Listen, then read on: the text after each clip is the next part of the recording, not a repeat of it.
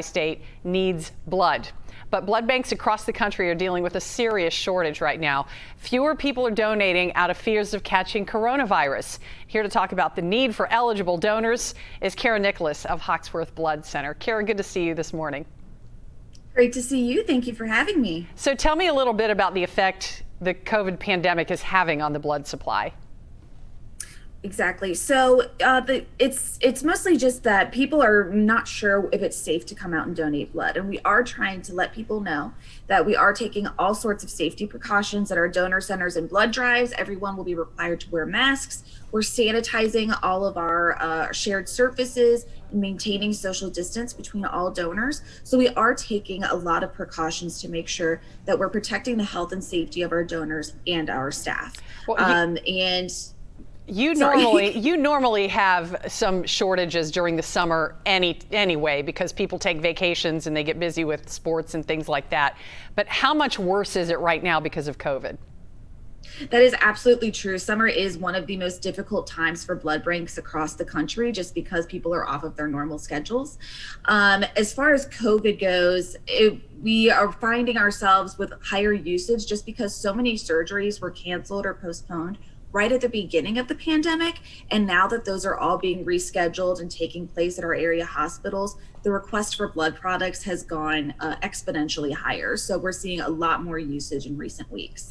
One of the things I know Hoxworth has been doing to increase blood donations is a campaign called We All Bleed the Same. Tell me about that. Yeah, so this was really exciting. We actually just started this yesterday at our blood drive at Music Hall.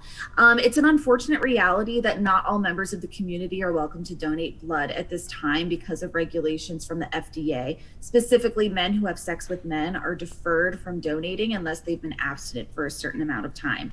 And a lot of this is just, leftover fears from the 80s when things like HIV and AIDS were not really known about. And we want people to understand that the blood supply is safe, and we really want to encourage policies that keep the blood supply safe, but allow people to donate if they're eligible. So gay and bisexual men should be able to save lives through blood donation as long as they're safe and healthy. And we're doing all that testing anyway. So we had these cards available yesterday at Music Hall that we're going to be sending to the FDA, and the support was so immense that we're actually planning on making those available at our donor centers as well. Very good. So one of the ways you can support that effort is you can pick up the card and send it, or you can tweet and use the hashtag We All Bleed the Same. Now, if somebody is watching right now, Kara, and they're thinking, okay, maybe I need to go ahead and go down and give blood, what do people need to know?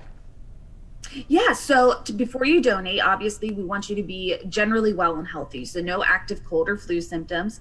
You can go to our website, hoxworth.org, to schedule an appointment. We are highly recommending appointments at this time, just so we can maintain that flow of donors and protect our social distancing policies. You'll need to just bring a photo ID and make sure you eat a really good meal and drink plenty of fluids.